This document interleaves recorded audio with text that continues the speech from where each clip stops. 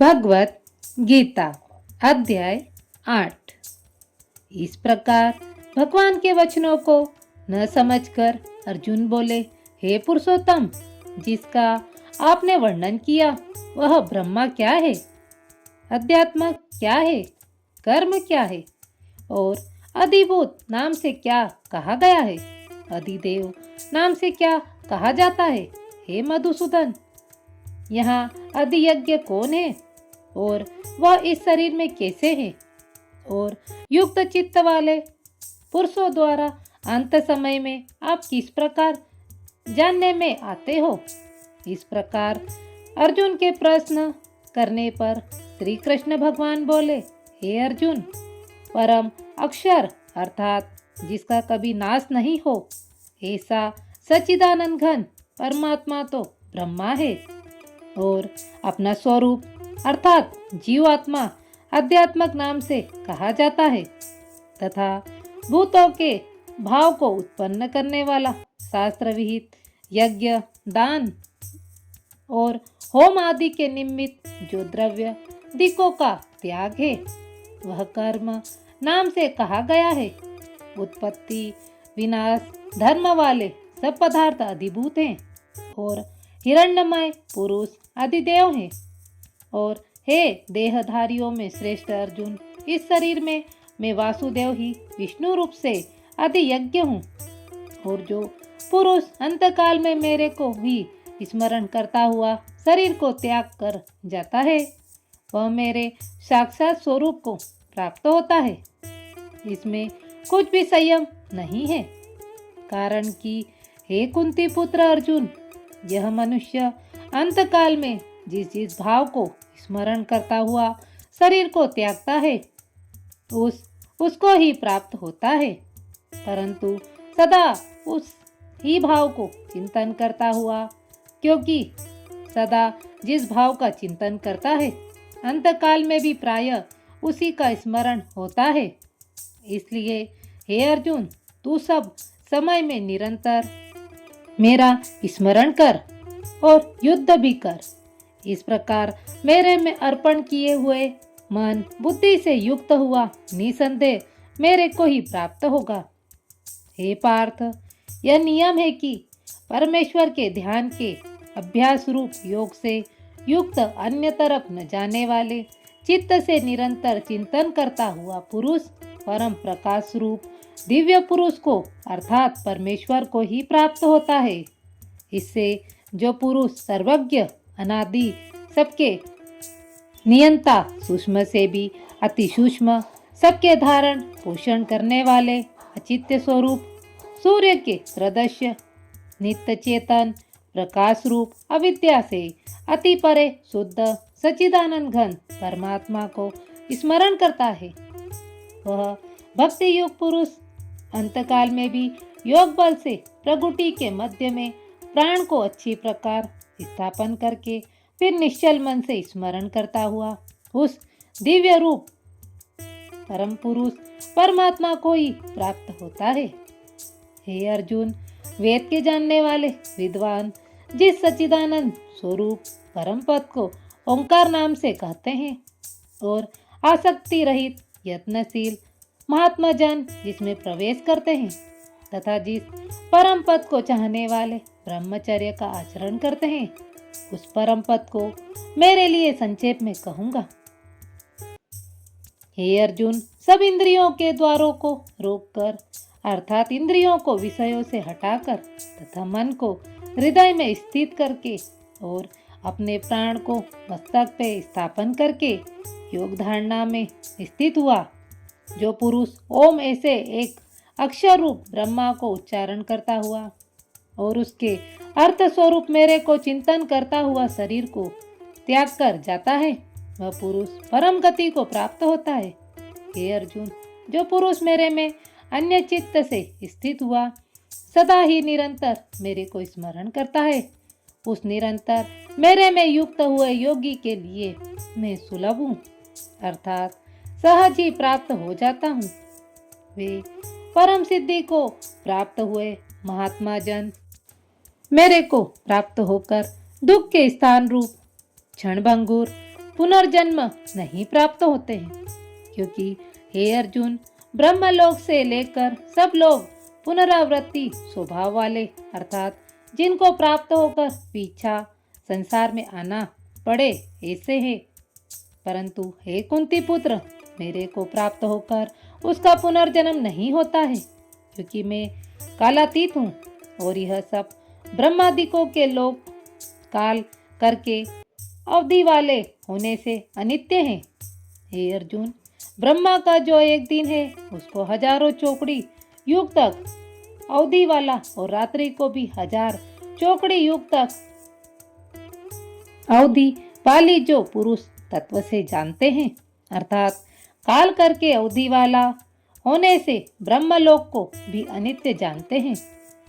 वे योगी जन काल के तत्व को जानने वाले हैं, इसलिए वे यह भी जानते हैं कि संपूर्ण दृश्य मात्र भूतगण ब्रह्मा के दिन के प्रवेश काल में अव्यय से अर्थात ब्रह्मा के सूक्ष्म शरीर से उत्पन्न होते हैं और ब्रह्मा जी की रात्रि के प्रवेश काल में उस अव्यक्त नामक ब्रह्मा के सूक्ष्म शरीर में ही लय होते हैं। वह ही यह भूत समुदाय उत्पन्न होकर प्रकृति के वश में हुआ रात्रि के प्रवेश काल में लय होता है और दिन के प्रवेश काल में फिर उत्पन्न होता है। हे अर्जुन, इस प्रकार ब्रह्मा के 100 वर्ष पूर्ण होने से अपने लोक सहित ब्रह्मा ही शांत हो जाता है, परंतु अव्यक्त से भी अति परे दूसरा अर्थात विलक्षण जो सनातन अव्यक्त भाव है, वह सच्चिदानंद घन पूर्ण ब्रह्मा परमात्मा सब भूतों के नष्ट होने पर भी नष्ट नहीं होता है। जो वह अव्यक्त अक्षर ऐसा कहा गया है, उसी अक्षर नामक अव्यक्त भाव को परम गति कहते हैं तथा जिस सनातन अव्यक्त भाव प्राप्त होकर मनुष्य पीछे नहीं आते, वह मेरा परम धाम है। और हे पार्थ, जिस परमात्मा के अंतर्गत सर्वभूत है और जिस सच्चिदानंद घन परमात्मा से यह सब जगत परिपूर्ण है, वह सनातन अव्यक्त परम पुरुष अन्य भक्ति से प्राप्त होने योग्य है। और हे अर्जुन, जिस काल में शरीर त्यागे हुए योगीजन पीछा न आने वाली गति को और पीछा आने वाली गति को भी प्राप्त होते हैं, उस काल को अर्थात मार्ग को कहूँगा। उन 2 प्रकार के मार्गों में से जिस मार्ग में ज्योतिर्मय अग्नि अभिमानी देवता है और दिन का अभिमानी देवता है तथा शुक्ल पक्ष का अभिमानी देवता है और उत्तरायण के 6 महीनों का अभिमानी देवता है, उस मार्ग में मरकर गए हुए ब्रह्मवेत्ता अर्थात परमेश्वर की उपासना से परमेश्वर को परोक्ष भाव से जानने वाले योगी जन उपरोक्त देवताओं द्वारा क्रम से ले गए हुए ब्रह्मा को प्राप्त हुए हैं। जिस मार्ग में धूमाभिमानी देवता है और रात्रि अभिमानी देवता है तथा कृष्ण पक्ष का अभिमानी देवता है और दक्षिणायन के 6 महीनों का अभिमानी देवता है, उस मार्ग में मरकर गया हुआ सकाम कर्मयोगी उपरोक्त देवताओं द्वारा क्रम से ले गया हुआ चंद्रमा की ज्योति को प्राप्त होकर स्वर्ग में अपने शुभ कर्मों का फल भोगकर पीछा आता है। क्योंकि जगत के यह 2 प्रकार के सुख और कख कृष्ण अर्थात देवयान और पितृयान मार्ग सनातन माने गए हैं। इनमें एक के द्वारा गया हुआ पीछा न आने वाली परम गति को प्राप्त होता है और दूसरे द्वारा गया हुआ पीछा आता है अर्थात जन्म मृत्यु को प्राप्त होता है। हे पार्थ, इस प्रकार इन दोनों मार्गों को तत्व से जानता हुआ कोई भी योगी मोहित नहीं होता, अर्थात फिर भी वो निष्काम भाव से ही साधन करता है, कामनाओं में नहीं फंसता। इस कारण हे अर्जुन, तू सब काल में समझ बुद्धि रूप योग से युक्त हो, अर्थात निरंतर मेरी प्राप्ति के लिए साधन करने वाला हो। क्योंकि योगी पुरुष इस रहस्य को तत्व से जानकर वेदों के पढ़ने में तथा यज्ञ तप और दान आदिकों के करने में जो पुण्य फल कहा है, उस सबको निसंदेह उल्लंघन कर जाता है। और सनातन परम पद को प्राप्त होता है। अध्याय 8 का महत्व। भगवान शिव कहते हैं, देवी अब 8वें अध्याय का महत्व सुनो, उसके सुनने से तुम्हें बड़ी प्रसन्नता होगी। लक्ष्मी जी के पूछने पर भगवान विष्णु ने उन्हें इस प्रकार 8वें अध्याय का महत्व बतलाया था। दक्षिण में आमदरकपुर नामक एक प्रसिद्ध नगर है। वहाँ भाव शर्मा नामक एक ब्राह्मण रहता था, जिसने वेश्या को पत्नी बनाकर रखा था। वह मांस खाता, मदिरा पीता, श्रेष्ठ पुरुषों का धन चुराता, पराई स्त्री से व्यभिचार करता और शिकार खेलने में दिलचस्पी रखता था। वह बड़े भयानक स्वभाव का था, मन में बड़े बड़े हौसले रखता। एक दिन मदिरा पीने वालों का समाज जुटा था। उसमें भाव शर्मा ने भरपेट ताड़ी पी, खूब गले तक उसे चढ़ाया। अतः अजीर्ण से अत्यंत पीड़ित होकर वह पापात्मा कालवश मर गया और बहुत बड़ा ताड़ का वृक्ष हुआ। उसकी घनी और डंडी छाया का आश्रय लेकर ब्रह्म राक्षस भाव को प्राप्त होते हुए कोई पति पत्नी वहां रहा करते थे।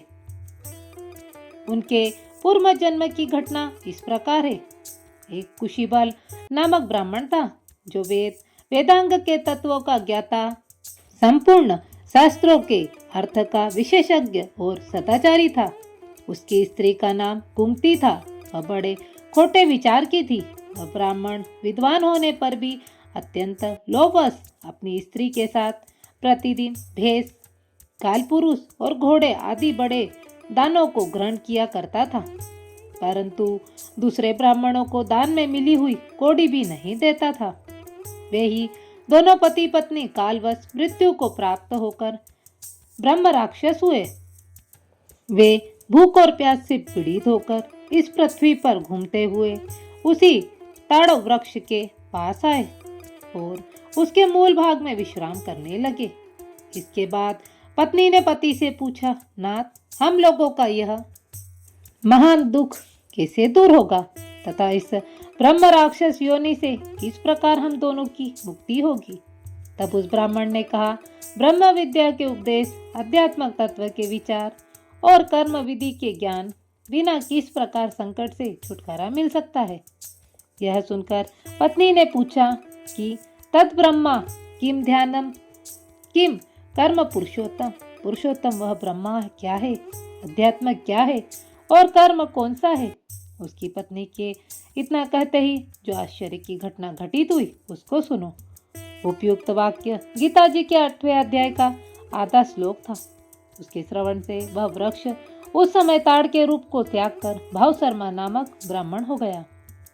तत्काल ज्ञान से होने से विशुद्ध चित्त होकर वह पाप के चोले से मुक्त हो गया तथा उस आधे श्लोक के ही माध्यम से वे पति पत्नी भी मुक्त हो गए।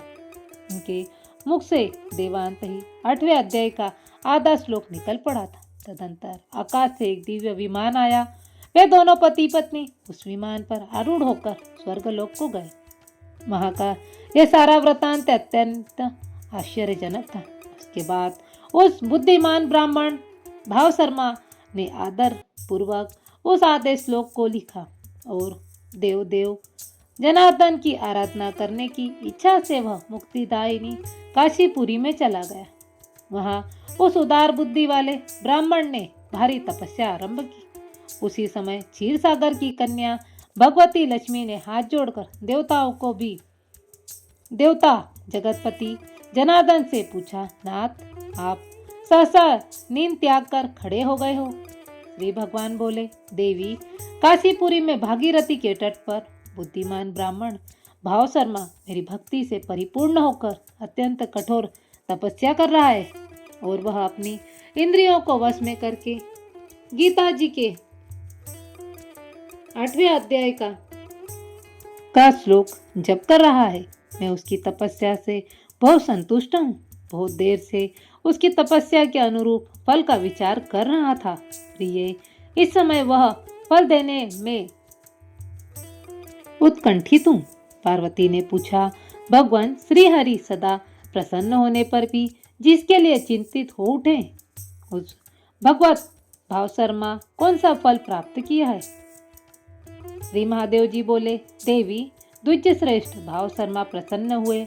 भगवान विष्णु के प्रसाद को पाकर अत्यंतिक सुख मोक्ष को प्राप्त हुआ तथा उसके अन्य वंशज भी जो नरक यातना में पड़े थे उसी के शुद्ध कर्म से भगवत को प्राप्त हुए।